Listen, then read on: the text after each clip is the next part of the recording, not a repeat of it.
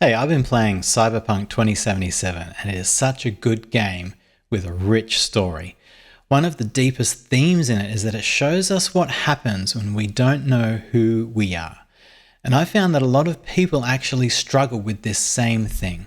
This is a game about identity, choices, and transformation, physically and psychologically. But it also has a powerful lesson about mental health. One that could help you if you've ever struggled with feeling like you've lost yourself. You don't have to be a gamer to understand this. In fact, you might already be living with some of these struggles. In this video, I'll show you what Cyberpunk teaches us about self-acceptance and how a simple exercise can help you reconnect with who you truly are. By the way, I'm Matthew, a professional counselor, and I've been teaching these techniques for years, and I know they help. If you've ever felt like you're drifting away from your sense of self, this video is for you. So join me as we enter Night City. Here we are in Night City, and just a quick spoiler alert, I'm going to talk a little bit about what happens to the main character V. So V is dealing with a crisis of identity. As the game progresses, V struggles with a very real question. Who am I? Am I still me, or am I becoming someone else? V is forced to confront an internal struggle, fighting to hold on to their sense of self while a copy of someone is literally in their head and is trying to influence their decisions and behavior. Now, we won't be facing the kind of identity confusion that V is experiencing. However, this metaphor is still surprisingly relevant for lots of reasons. In real life, we are often influenced by internal voices too.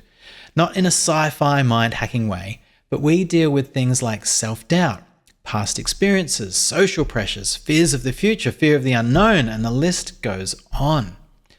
Maybe you've been putting others first for such a long time that you felt like you've lost yourself, or circumstances in your life have forced you to change from who you thought you wanted to become. Or maybe you feel you have to be a certain kind of person to fit in with a group or work environment, but it's not the kind of person you wish you could be. These thoughts and struggles are more common than you may think. And like V, you might feel like you're losing control of your own story. But here's the good news. We are not our thoughts. Just because you think you've lost yourself doesn't mean you actually have. The real question isn't, who am I supposed to be for my family, friends, peers, society, work? The real question is simply, who do I want to be?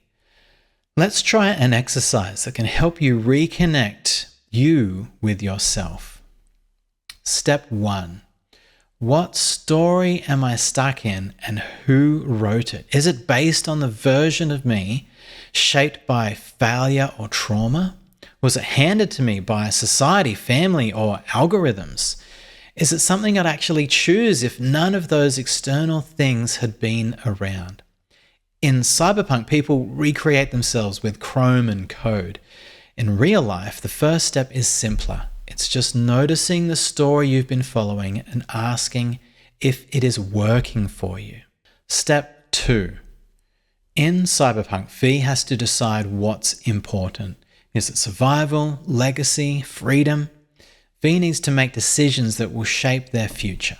So ask yourself, what are my core values? What do I truly care about beyond fear, doubt, expectations, and other external pressures like social media? Maybe it's creativity or connection. Could be you value freedom or faith. Whatever those values are, write them down and even say them out loud. Step 3. Think about one small action that aligns with something you value. If you value connection, maybe that's reaching out to a friend. If you value creativity, maybe that's dusting off an old instrument. If you value self-development, maybe it's learning something new. Whatever your value is, work out one small, achievable thing that you can do this week. You don't have to change everything overnight. Like in Cyberpunk, every decision, every small choice shapes who you become. Step 4. If you keep hearing thoughts like, you can't change, you're not good enough, why bother? You might imagine that thought as the voice of Johnny Silverhand. Or if you've never played Cyberpunk, think of another character from a show or movie. Make sure it's a character with a loud, opinionated voice, but ultimately a voice that is not who you are and is not in control. Just like in the game, you can listen, but you don't have to obey. You are more than your past, you are more than your doubts, and you are far more than what other people or social media tells you to be. Here's how this played out for me. There was a time when I was constantly applying for jobs and constantly getting rejected. At first, I kept pushing, updating my resume, writing that perfect cover letter. But after enough rejections, a new story arose. It sounded like, there's no point. You're not what people want. Someone better is going to apply anyway. So I stopped applying. I stopped even looking for jobs. Because why would I willingly step back into something that just keeps confirming that I'm not good enough? But then I caught it, that this was the fear talking. And so I asked myself, what kind of story is this? Well, it was a story trying to protect me by convincing me not to hope in the first place. I had my own Johnny telling me who I was. And then I thought more about it. Why do I care? Why did I want a job in the first place? And I remembered the reasons and the values behind those reasons, and it gave me the encouragement to start applying again. Yes, I was still anxious. I was still hearing that voice, but this time I kept on acting. Not because I was confident, but because I knew what really mattered to me. And eventually, I got the job that I needed. Reclaiming your identity is not about going back to who you were. It's about choosing who you want to be, guided by your values. Whether that means rediscovering old parts of yourself or becoming a new version of yourself that is based in those values. The key is that you decide, not the trauma, not the tech, not the noise. Now we're about to finish with some final words from Johnny Silverhand himself. But before then, if you find this helpful and want more game-related counselling advice, feel free to connect with me by liking and subscribing. Just like in Cyberpunk 2077, your choices shape your journey, and following along might just help you find your own path.